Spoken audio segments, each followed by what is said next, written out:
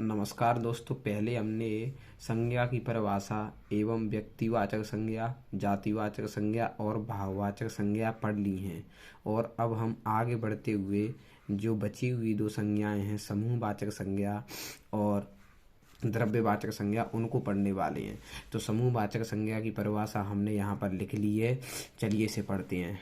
तो जिस संज्ञा से किसी व्यक्ति या वस्तु के समूह यानी झुंड का बोध होता है उसे समूहवाचक संज्ञा कहते हैं। जैसे भीड़, मेला, कक्षा, परिवार आदि।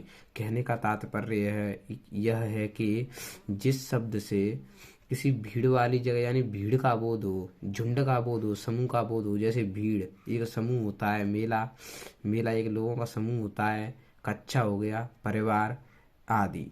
तो ये हो गई आपकी समूहवाचक संज्ञा। इसी प्रकार हम द्रव्यवाचक संज्ञा की परिभाषा भी लिख लेते हैं। तो हमने द्रव्यवाचक संज्ञा की परिभाषा भी लिख ली है।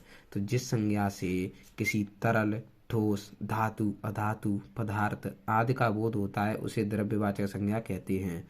जैसे तेल, घी, शक्कर, सोना, चांदी, लोहा आदि। द्रव्यवाचक संज्ञा में सिर्फ इतना याद रखना है कि नापने तोलने वाली चीजें होती हैं उनको द्रव्यवाचक संज्ञा कहते हैं। जैसे तेल, तेल को लीटर में नापा जा सकता है। तेल को आप संख्या में नहीं मांग सकते कि एक तेल दे दो। घी, शक्कर, शक्कर को किलो में नापा तोला जाता है। सोना, चांदी, लोहा।